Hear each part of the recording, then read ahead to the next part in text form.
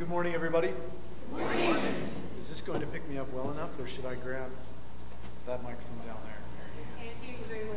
Well, see, then I guess we need to grab the mic from down there. Because I don't want to have to speak in my parade ground voice the whole time. So, good morning. So much calmer, so much nicer. Well, our first slide asked what may be a redundant question for a crowd that's so full of Wycliffe people that you might be able to pop off information without being asked. But as a recap, why does Wycliffe do it? Why do we work as we do? We want to remind you that there are more than 7,000 languages spoken in the world. As Ross pointed out, it's a much broader, wider world out there. God is a big God, and He is the one who made all 7,000 languages. Many of these, more than 1,600, still must have their needs addressed in one way or another. Wycliffe and many other organizations have been working hard to remove language and access to God's Word as an obstacle to knowing God and believing in Jesus. So we're going to cover today our part in that.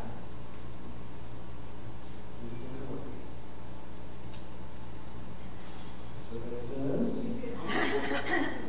good point. Every time you're recording it.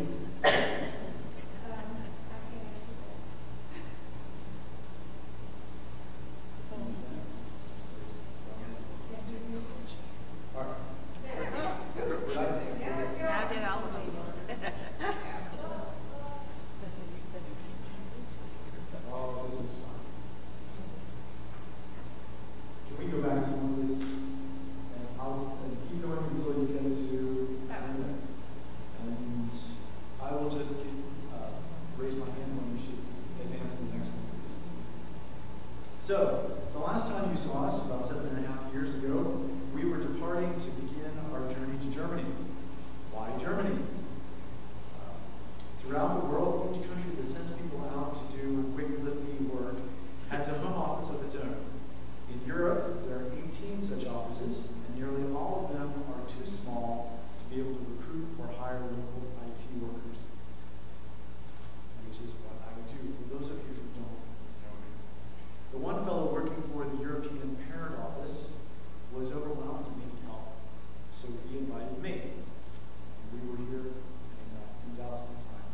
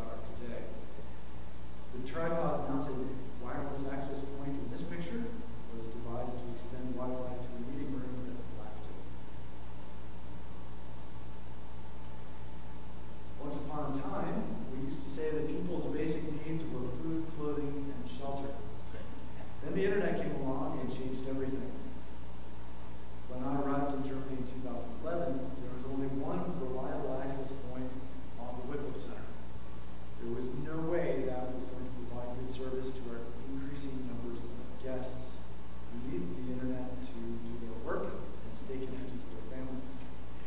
In 2012, I removed the old equipment and installed 16 new access points, part of which you see here. Today, there are 32 access points to keep our guests happy in the new conference center, which Ginger can testify to since they've been there themselves. So, another aspect of my work, which all of this is very mundane, kind of dull stuff that happens for everyday reasons. But it's these dull, mundane things that can prevent the core work from happening, which is why someone like me needs to be in that position. Every year, offices and individuals replace laptops, desktops, and servers. Your machine's got to get replaced eventually. It's going to die. And after files and other data have been transferred to the new stuff, we need to make sure that no one else can access sensitive information. Some days, I spend my whole time ensuring that the old data on drives is destroyed, giving my colleagues peace of mind as they learn about their work. I've discovered that digital destruction, which you can see somewhat on the left, is satisfactory, but physical destruction on the right, with the old school tools, is satisfying. Satisfactory, satisfying. So while David was settling into his IT role with Grove Area, our boys, who many of you knew when they were much smaller, were going through some major transitions of their own. After a few years of being homeschooled here in Texas, Jonathan and Caleb headed off to their first experience in a public classroom, and it was in German. But it did not take them long to get up to speed in the language and be able to speak it well enough that strangers didn't recognize them for non-local kids. One aspect of local culture was not at all hard for us to jump into. Germans are known for their appreciation of the outdoors, and we were so blessed to live in an area where we could appreciate the beauty of God's creation just right outside our front door. So hiking and biking together became one of our favorite family pastimes.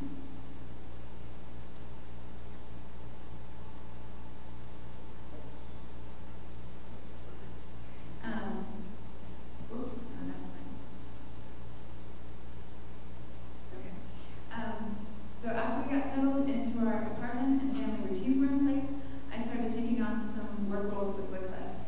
For the first few years, I served as the area prayer coordinator, helping our widely scattered staff share prayer needs and answers with each other and the wider working world.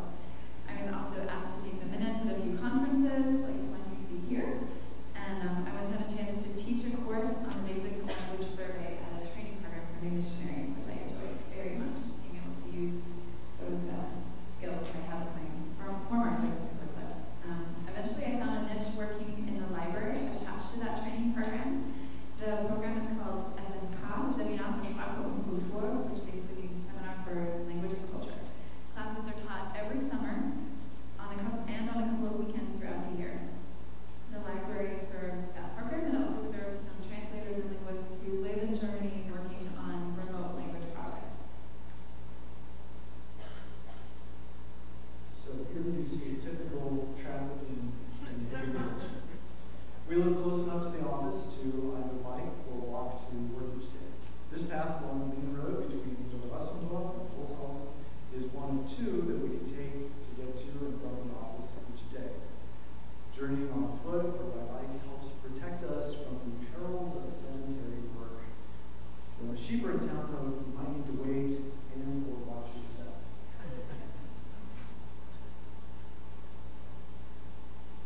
Ordnung muss sein.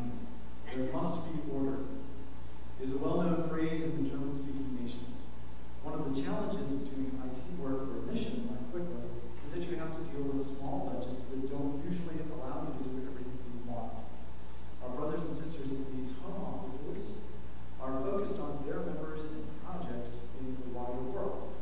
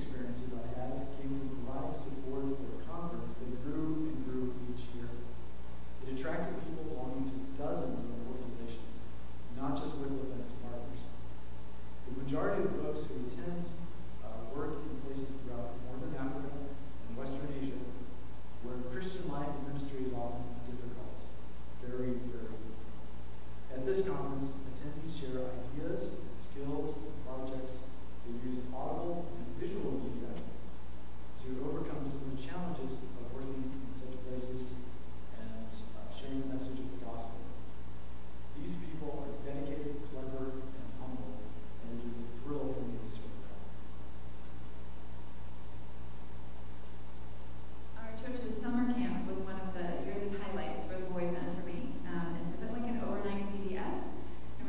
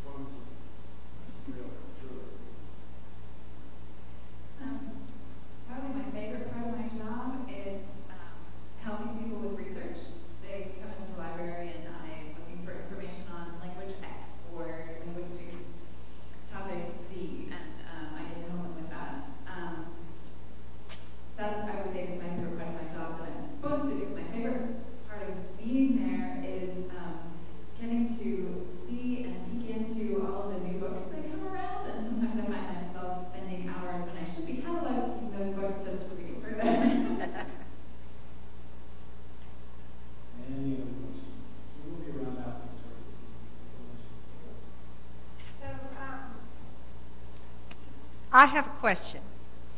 Can they come visit you? Absolutely. All right. If we don't have room for you, we can yeah, it's great. We went 2 years ago. It was great to visit with them and stay in their conference center, see what they're doing. It is amazing. It's wonderful. So it's worthy of support, and thank you for supporting them and loving them from a distance. And so let's thank them.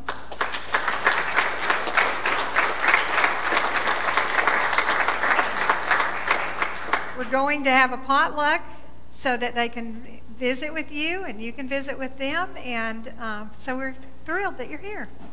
And it's amazing for what they said.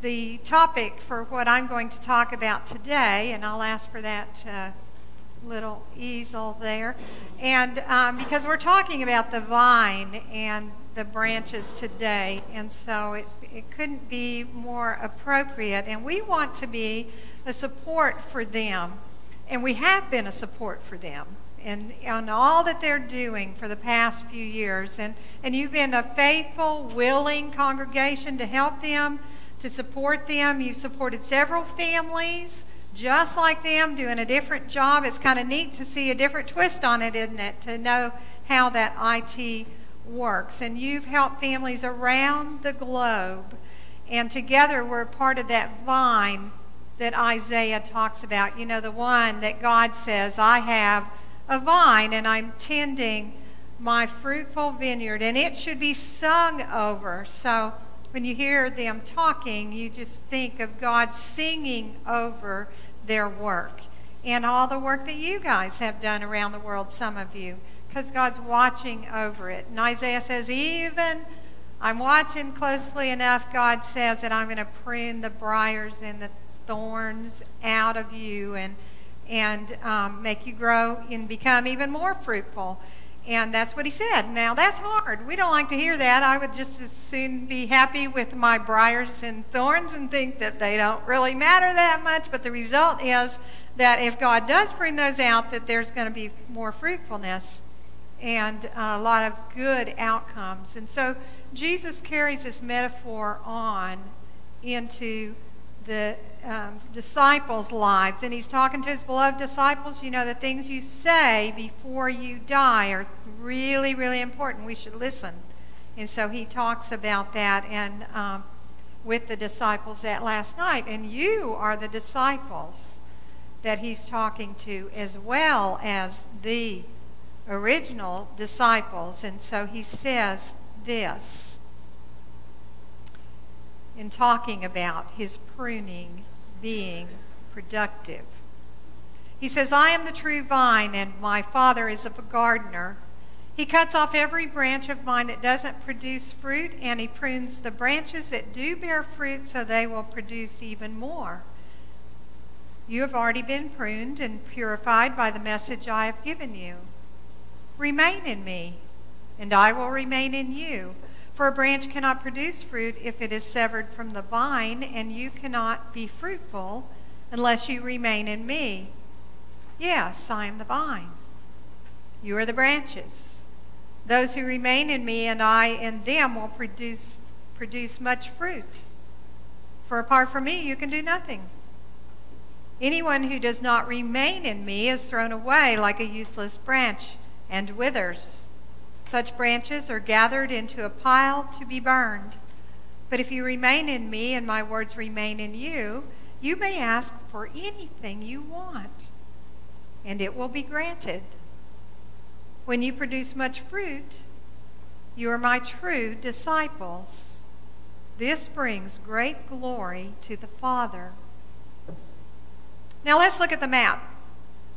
Jennifer's done a really good job. There's our artistic view of the world, and so we're Dallas, Duncanville specifically, and these are all the families that we support from this church. They're in Africa and in Asia, in Germany, in India, and we do this because we're committed to God's mission. It's amazing out of one little spot that they can reach that far, and as we remain in Jesus, we are fruitful.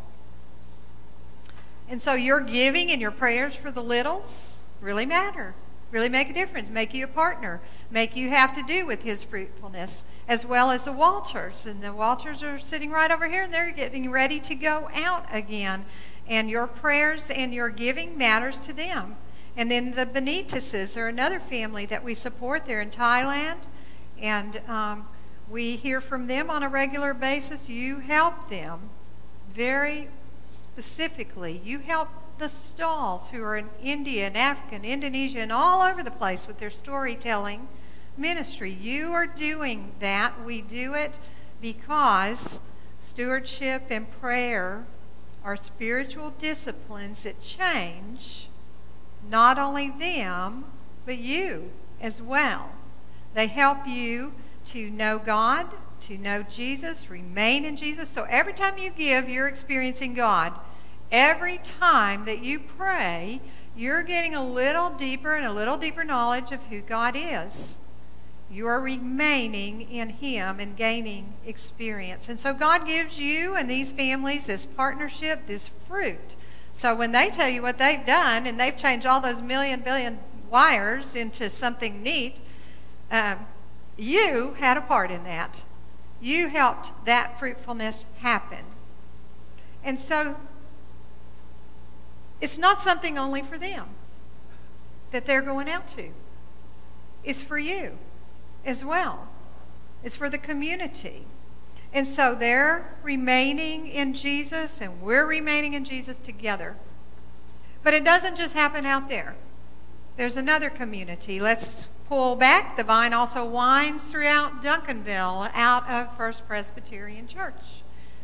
And so we don't want that vine to be dry and brittle and fruitless. We want to be able to reach out. And there's the kids delivering food, bags to the neighborhoods, vegetables from a ministry called Help to Heal. There's a community and unity event and all of the different things we've done, storytelling, gospel storytelling in the park. There's the kids in their ministry. We've had community conversations go on with community leaders at Duncanville. All I can think of is Kitchen's Deli. It's Ben Franklin. And we sing everywhere. And so your hands are what Jesus uses to reach out his hands into this community, because Jesus cares about this community. He cares that his story is out there in Duncanville. He cares that his music's out there, that you're singing it to them. And you've reached far with that music. In fact, being sent to Carnegie Hall so that you can sing the Messiah to New York City, who really needs it. Don't they? And you reach out to people who need hope. And when you have a community conversation, you might think, well, all these people, they're pretty much connected to a church here in Duncanville. That is not the case. The gospel, that hope comes to them through you, that good news with people in your neighborhood. Spiritual disciplines are necessary for all that to happen. Otherwise, those vines would all be dead. What you do, your storytelling, your giving, your food, your gifts, your talents, your singing. Hello. Prayer strengthens that connection with Jesus. So all that we've tried to do has been done through abiding in Jesus. We may think we've done it on our own, but we haven't. It's connection to the vine that makes that happen globally, locally. There's one more place. Can you imagine where that is? It's right in your family. So here's some examples of excellent families. And I would have had an hour-and-a-half sermon if I put everybody up there, which should be up there. But you can see that strengthening the family happens through abiding in Christ. That's the greatest benefit. That's the deepest work, is what happens between father, children, mother, aunts, uncles, grandparents, because Jesus can change you. And these people are your most important benefactors. Now, you may think that it's not too much fun to submit yourself to Jesus, because the word pruning, it's not a pleasant word, pruning. You may think it's odd and time-consuming that you need to abide in Jesus, that you need to walk with him and think about him and let him cut those things out of you. But imagine if you never took a bath. Imagine if you never shaved or got your hair cut. How much fun would you be to be around? Not much. It's necessary. That happens. And so Jesus is an excellent pruner. He takes the rough edges off. He shapes you more than anything else. It's a gift, his gift to your family, the fact that Jesus prunes you. And so we need to submit to that. We're warned if we stop remaining in him, we're going to get really gangly. We're going to get really unhealthy. And we will stop bearing fruit if we're not with him and in his word. And so here's a picture of what happens when a plant is left alone. That is actually not my backyard, but it is a plant, just like the plant that was in my backyard. And after I got convicted by this message, I went out and I looked around and I thought, man, we need to hire a pruner. And I thought, no, we can't wait for that. And I took the clippers and I went out and well, the next one's going to show you what it looks like now. Looks a lot better, doesn't it? Well, we're hopeful. I go pray over it every day. Lord, help it. So, and then you can see what was left is ready for the wood pile and for the fire pit that Evelyn, I mean, she just can't wait for that fire pit, so she wants me to trim more and more plants so that this fall it can be burned up. So, we all need that pruning. And we all have those areas, and we know what they are pretty much, don't we? Knowing what needs to be shaped and what needs to be pruned and what is in us, it hurts us and it hurts other people. That they can be replaced with love when we hang out with Jesus. When we hang out with him like he's just with us, even though we can't see him every day. And when we're with him, then that love that he has starts rubbing off on us. And it's actually just boils down to something real simple. So I want you to think about all those people that you're annoyed with and think that if you want the best for somebody, that's love. Just that simple. If you just want the best for that person, don't you want the best for your people? Don't you?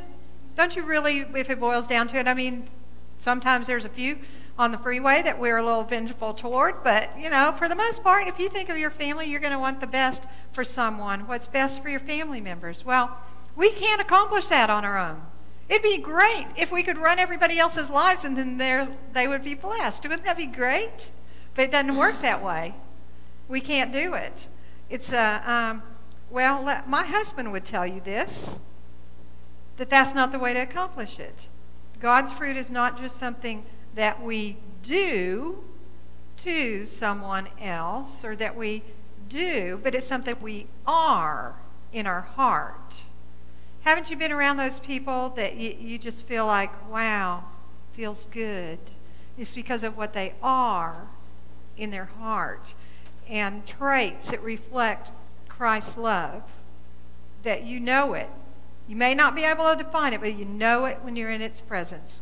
God has to prune out all of the bad stuff to produce the love in us that we need to be fruitful and be positive. It is possible to be influenced by Jesus that way. Now, that's a whole journey in itself. It is possible to be influenced daily by him in that way. So, it's amazing that Jesus is willing to do that. It's overwhelmingly amazing that Ross, that God that is so great is willing to come into you and to help you in that way because he wants the best for you. He does. He wants the best for you. That's love. That's love. So what happens in you as you relate to your family is really important.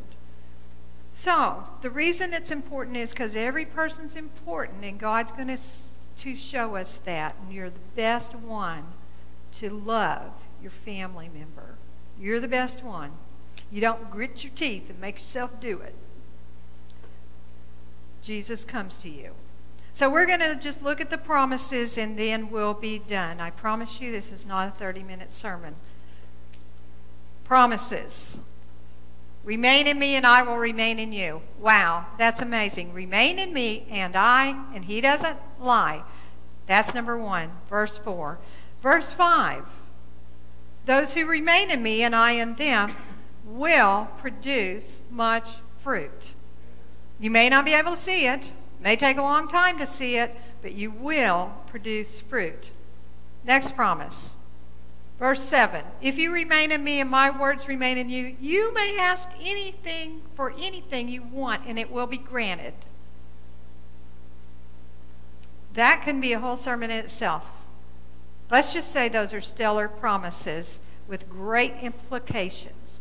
Now, when we read it, every promise had a warning right next to it, sometimes mostly in the same verse, or the verse right after.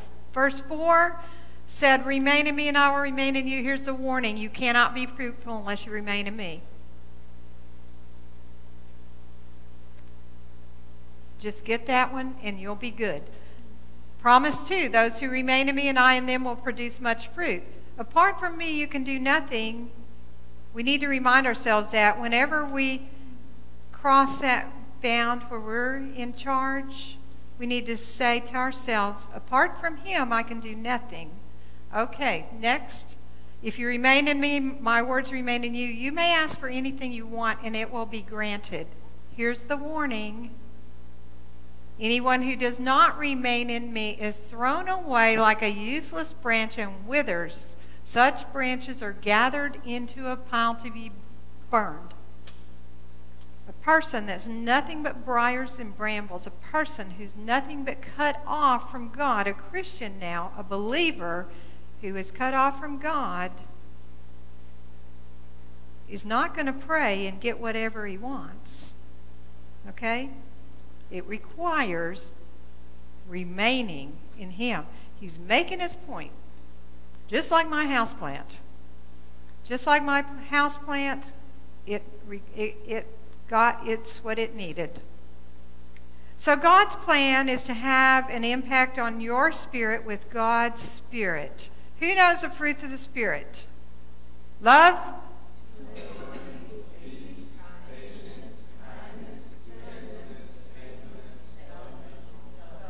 Yes. Very good. You get an A. These are abundant blessings. Who didn't want all that stuff? Let's say it again. Love.